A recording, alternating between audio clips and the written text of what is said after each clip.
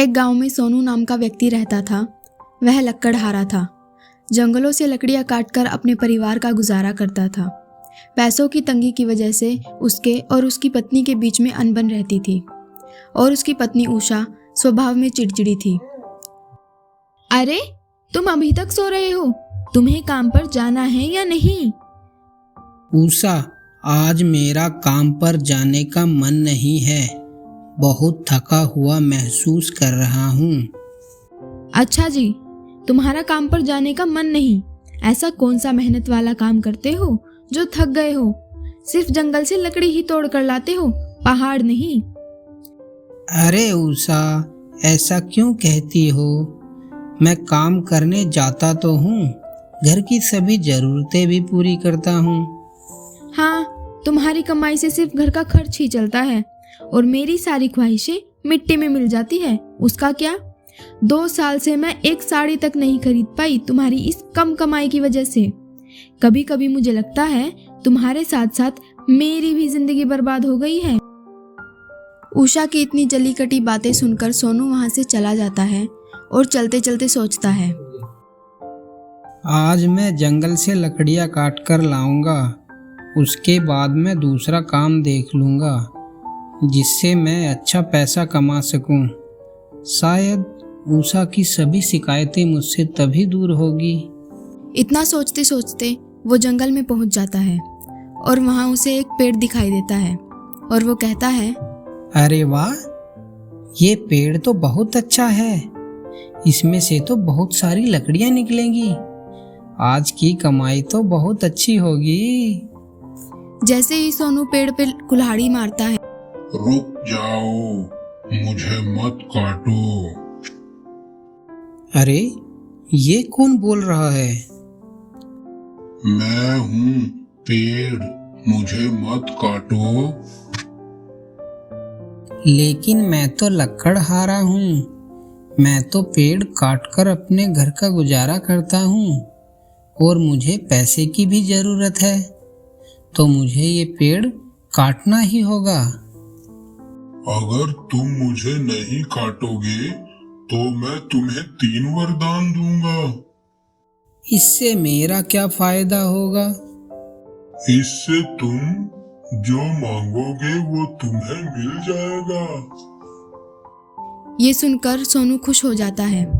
तभी सोनू कहता है, अरे वाह, ये जानकर उषा कितनी खुश होगी। अच्छा, ऐसा है तो मैं तुम्हें नहीं काटूंगा। मुझे वो 3 वरदान चाहिए। ठीक है, मैं तुम्हें 3 वरदान देता हूँ। तुम 1 घंटे के अंदर जो चीज बोलोगे वो तुम्हें मिल जाएगी। तीनों वरदान पाकर सोनू वहां से घर चला जाता है और अपनी पत्नी को सारी बात बताता है। क्या तुम सच कह रहे हो? मुझे तो विश्वास ही नहीं होता। जरूर किसी पेड़ ने तुम्हारा बेवकूफ बनाया है। अरे नहीं उषा, ऐसा नहीं है। ठीक है, मैं अभी तुम्हें दिखाता हूँ। है जादुई वरदान, हमारे लिए अच्छे अच्छे पकवान आ जाएं। इतना कहते ही वहां ढेर सारे पकवान और मिठाइयाँ आ जाती है। देखा उषा, मैंने कहा था, ये सच है। मैंने हम दोनों के लिए ढेर सारा पकवान मांगा है। वैसे भी हम दोनों ने बहुत दिनों से अच्छा खाना नहीं खाया। आज साथ में बैठकर एक साथ खाना खाएंगे। अरे, मैंने अपनी जिंदगी में तुम्हारे जैसा मूर्ख इंसान नहीं देखा। तुम धन दौलत चांदी जैसी चीजें नहीं मांग सकते थे ना? अरे उषा, तुम चिंता क्यों करती हो?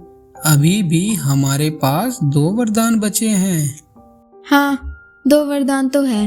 बता तो ऐसे रहे हो जैसे तुम्हें दुनिया का सारा खजाना मिल गया हो।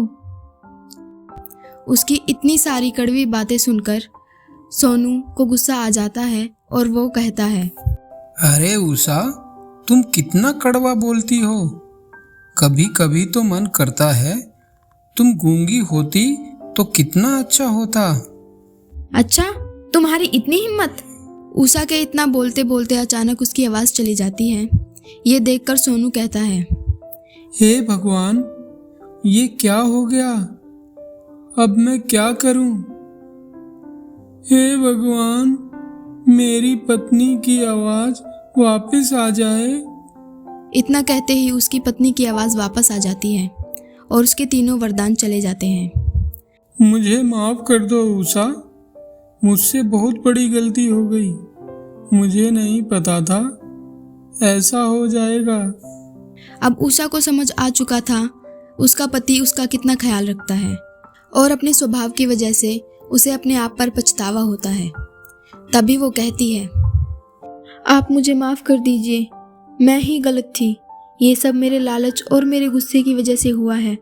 अब मुझे कुछ नहीं चाहिए, आपका साथ रहा तो सब कुछ हो जाएगा। इसके बाद से सोनू और उषा अपनी ज़िंदगी में खुश रहने लगते हैं।